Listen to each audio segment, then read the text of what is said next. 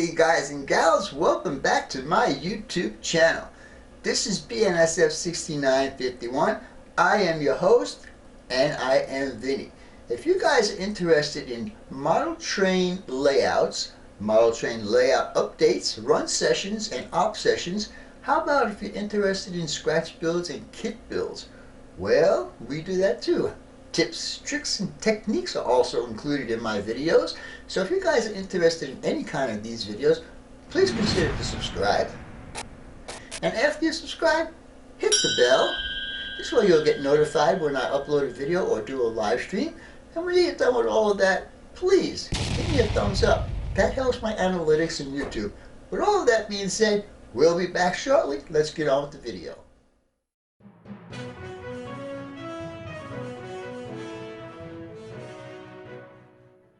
This Vinny Vid production brought to you by Yankee Dabbler. For all your model railroad needs, check out Yankee Dabbler. Don't forget, 7% discount with BNSF 6951.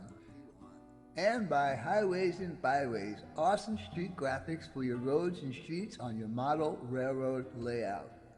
If you guys are looking for sophisticated model railroad electronics, Logic Rail Technologies has what you need. For a 5% discount on certain items, use code BNSF6951. Alright guys, now it's time for the next step on your layout. Trees! I have been dealing with Bob for 7 years now, and he does excellent work on his trees. So if you need some trees on your layout, check out Long Shadow's Trees. Tell him the cuz sent you.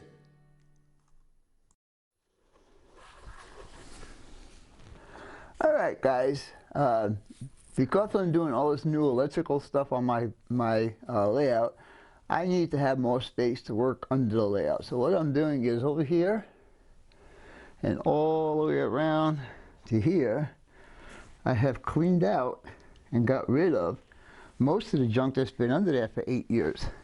I'm still not done yet. As you can see, I got a bunch of stuff that I need to sort out right there and also under here. So anyhow, with all that being said, we will continue on. I intend to be putting a 6-foot shelf along here to get rid of stuff on the floor. I don't want any stuff on the floor if possible. Anyhow, stay tuned and we will be back and I'll show you the progress I'm making.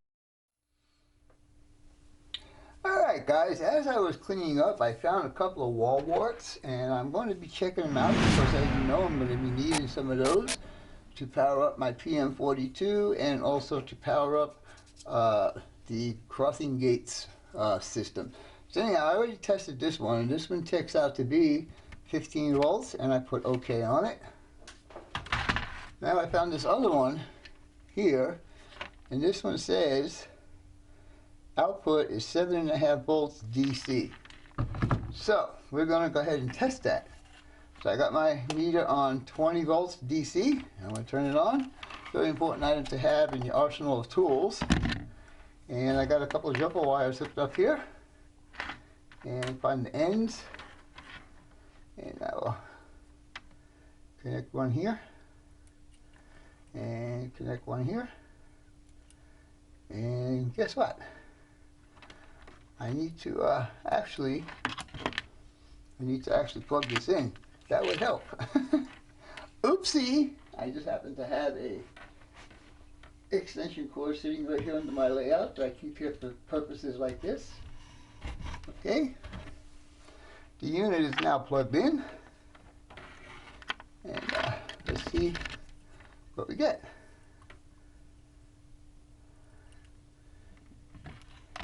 Wow. It's a lot more than what it says it is. Let's see, we're going to put this one. Switch these around. Put that one there. Now, I did say 7.5 volts, right? Well, guess what? It's got 12 volts. Oh yeah, so that's a good one. So what I'm going to do now is, first of all, I'm going to undo this so you don't short out. Oops. Okay. And I will unplug the unit. Okay, safe to go. Now, I'm going to check that and see what it says here. It says output 7.5 volts DC, 500 milliamps, or 9.0 volts DC at 300 milliamps. Okay, so I got 12 volts. I'm just going to mark it as 12 volts. So I will take my handy dandy little printer guy here. I know the battery says it keeps going dead, but I'm going to go ahead, since I already did 15 volts, I'm going to go ahead and print that again.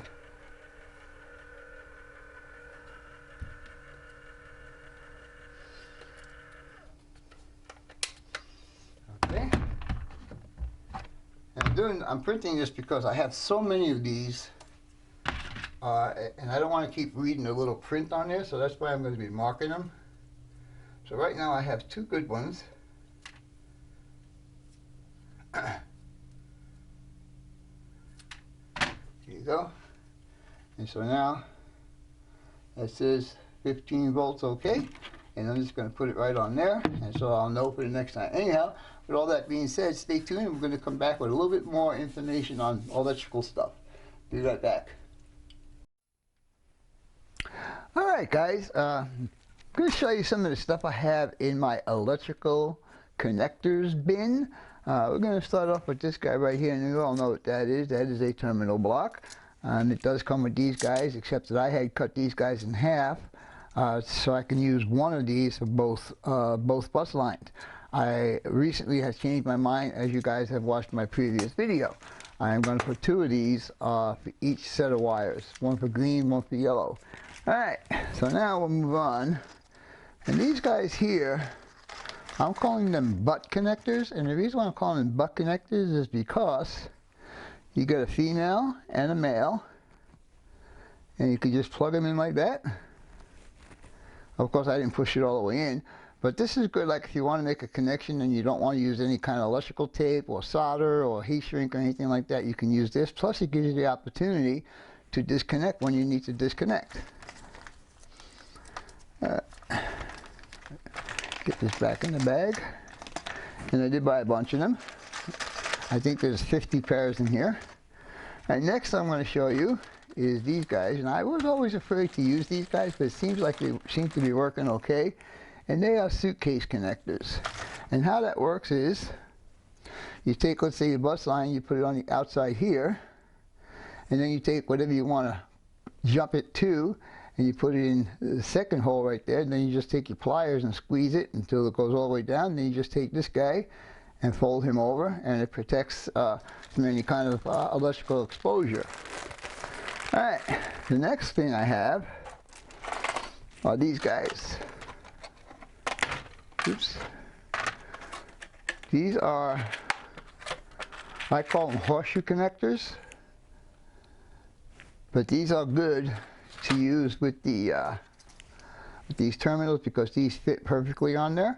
So these are good to have. And again, if you have any kind of situation where you need to check something out, you could always unplug those from the terminal deal. And finally, no, not finally, but then I have these guys here. These are old school connectors.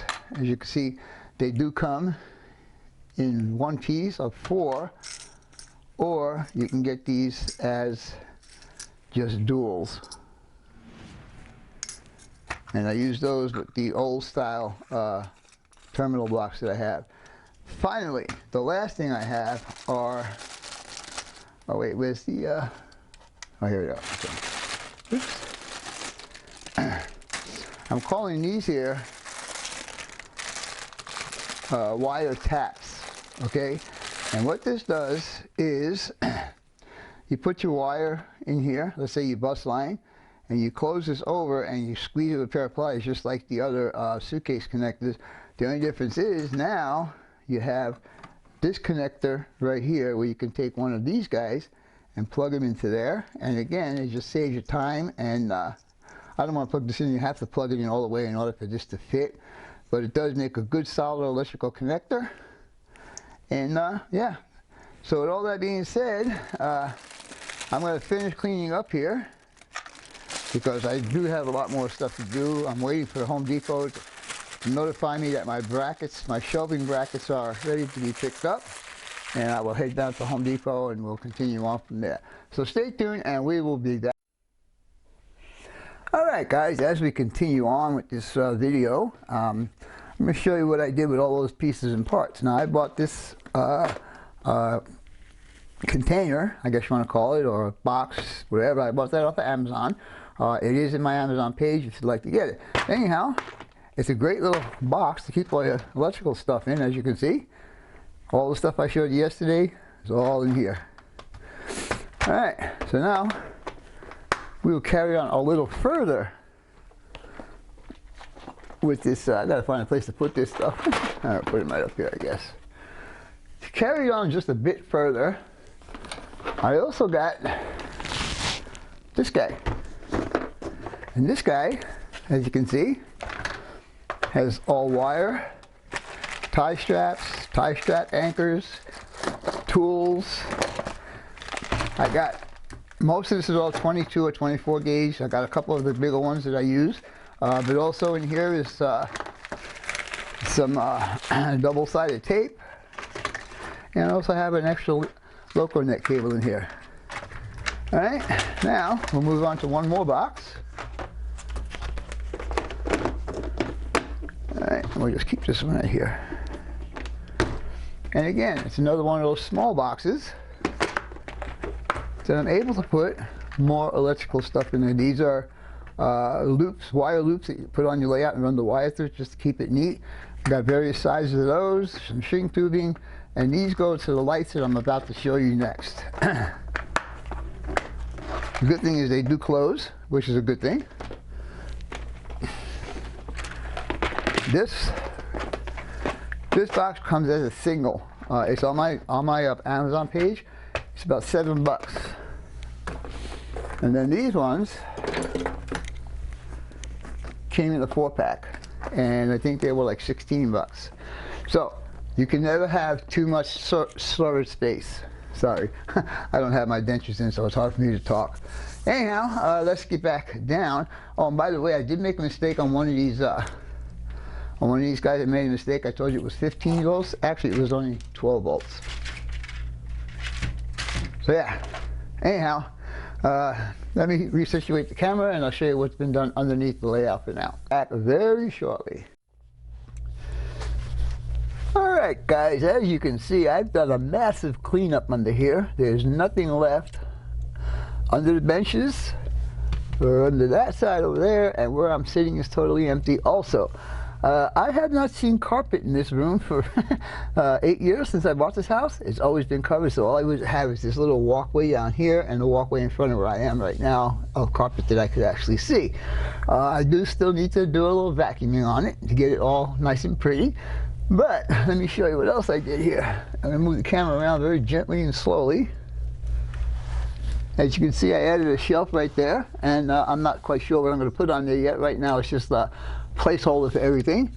And I also added a shelf here so I can put my car cases on them. Other than that, let me get resituated and I'll show you what's been done as far as me finding out where the short is at. So stay tuned and we will be back in a few minutes. Alright guys, I'm going to show you how I got it wired up right now. And as you can see, there's the hole that comes in from room number 1. And I took the bus cable and came over to the PM42. And I put the yellow on top like I said I was. And then, let me show you, hold this camera a different way. Over here is my first block. So you can see it comes out, comes around, and it goes to this terminal block.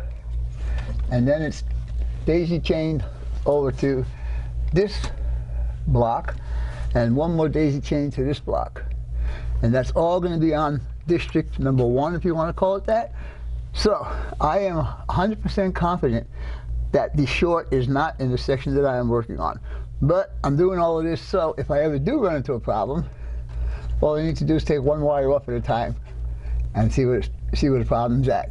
Anyhow, I guess that's going to be it for this video. Oh no, one more thing.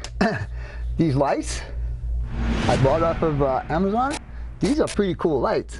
They are daylight. They are 5,000, what is it, 5,000 Kelvin? Is that what it's called? I don't know. Anyhow, it's daylight, and the best thing about this is they are dimmable.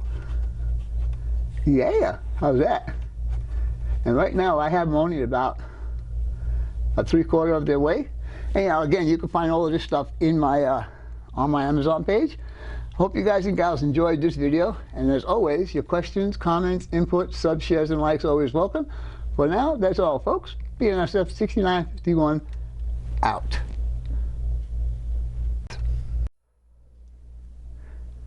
Okay, I forgot to mention where this first block is going to be. So from here, and the reason why it's on an angle is because there's all different places where they joined up to the track, and all of this is going to remain the same.